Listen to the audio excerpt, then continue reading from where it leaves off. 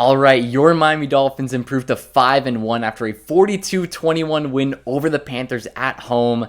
A little bit of a scare in the beginning, but they ended up turning it up after the first quarter. But getting into these stats before the recap, starting off with the winning team, Tua Tagovailoa, 21 for 31, 262 yards, 3 touchdowns, 0 interceptions, and a 126 passer rating. Another MVP performance for a guy who's very much in the race for that award. Mike White 0 for 1 with an interception, which was a pick six. This game really should have been 42-14 if it wasn't for that INT, but whatever. On the ground, Raheem Mostert, 17 carries for 115 yards and 2 touchdowns. Now, that video I made a couple days ago said Devon Achane is on the IR, but we shouldn't worry. This is exactly why, because Raheem Mostert will do just fine being running back one. And honestly, he probably still is with Devon Achane in the lineup. But in the receiving game, Tyreek Hill with yet another crazy game. 6 receptions, 163 yards, and a touchdown. That was a 47-yard bomb in the second quarter on 3rd and 6. Might have been the third. I'm forgetting.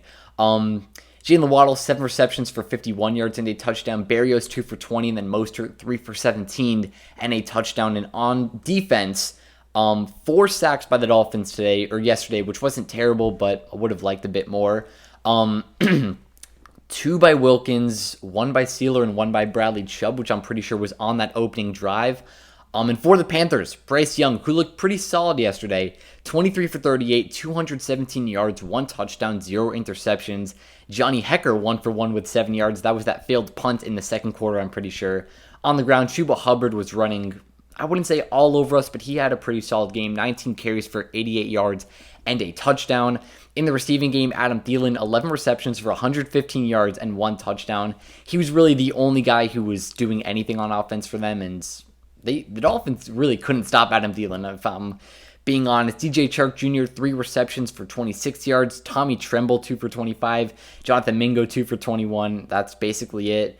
I don't think a single sack for this Panthers defense, so shout out to the offensive line for protecting Tua. I'm pretty sure, I forgot what the stat is, but when Tua is sacked more than twice in his career, his record is 10-10, and when he sacked less than 2 times, it's like some crazy record. I think it's maybe like 9-2 or 10-2, something like that. But either way, like I said, a little bit of a scare at the beginning of the game. Dolphins go down 14-0 early. 2 straight 3-and-outs from this team, and then they put up 21 points in the second quarter, and they get right back on track. Missed field goal by I really forget who their kicker is. I don't think it's Zane Gonzalez anymore. Before halftime, and then we go up. I think we outscore them again in the third and the fourth quarter. We end up winning this game by 21 points, and if it wasn't for that interception, the Dolphins really should have won this game 42-14 with 42 unanswered points to end the game.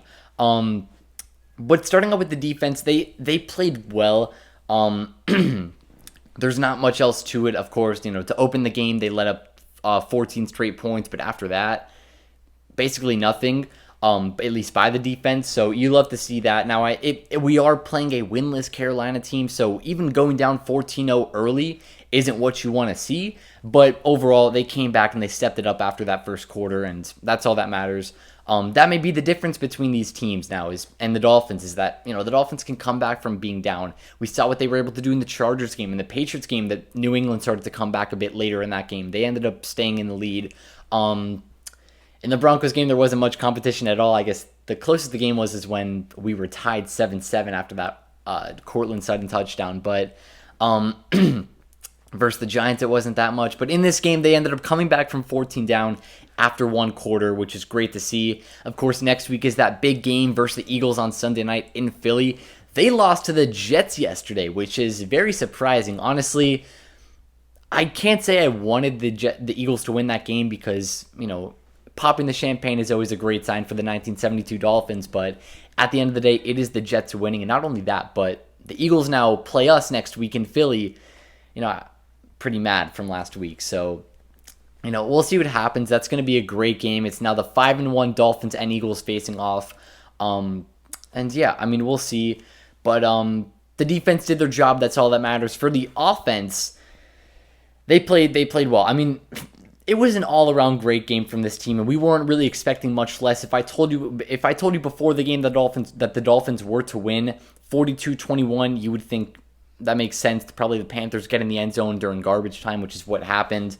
And yeah, another 40-plus point performance from this Dolphins offense, led by the guy who's probably in the lead for MVP, especially after that performance from Brock Purdy yesterday versus the Browns, getting beat by P.J. Walker, who we actually watched play last year versus the Dolphins as the Panthers quarterback when Cam Newton was benched. That was a crazy time. But Brock Purdy had, like, I think 86 total yards on the day, like a touchdown and interception. No Deebo Samuel, no CMC for most of the game. But, you know, that's what happens. The Tua didn't have, like, A-Chain or Waddle a couple weeks ago. And, you know, he had, like, 5 touchdowns or something like that versus Denver. The offense put up 70 points. But, yeah, like I said, Mostert really is not going to have a hard time finding room on the field with A-Chain out.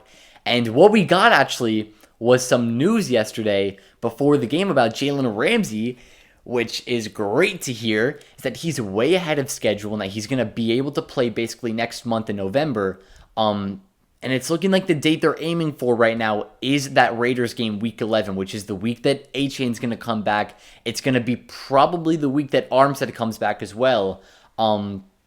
So, you know, Week 11 versus the Raiders, that game is going to be at Hard Rock Stadium. We may get Ramsey back. We may get A-Chain back. Maybe Armstead.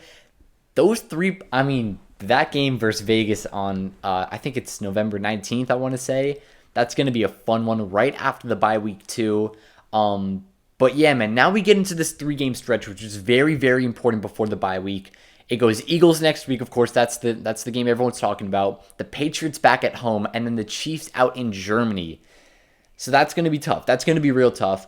Now, if we can go 2-1 in this next 3-game stretch, go into the bye week at 7-2, that'd be great. Now, if we go into the bye week at 6-3, that honestly it changes things a lot because I think we went into the bye last year at 7-3. So 6-3 wouldn't be terrible, especially because we come out of the bye versus a Raiders team who's been struggling this year, and we get all those playmakers back. And then I think we play Washington the week after, which shouldn't be much of a tough game for our offense. But if we can go 2-1 in this stretch, where I'm counting a win versus the Patriots, and then if we can beat one of the Eagles or the Chiefs, that'd be great. I'd love that. Honestly, I'd rather win the game versus the Eagles than the Chiefs because that game in Germany. You know, every game in Germany is going different ways. So if we lose that game, I wouldn't take it too personally unless Tua has like a terrible game.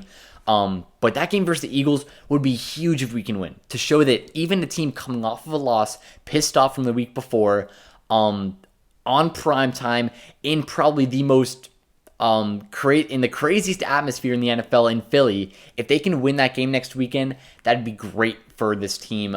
But either way, Dolphins get the win, 42-21. Struggled at first, but they ended up coming back, and now we start to plan for that game next week in Philly on Sunday Night Football. I'm excited for that game. I'm going to be nervous, though. Either way, that'll wrap up. Hope you guys enjoyed. Have a great day. Peace.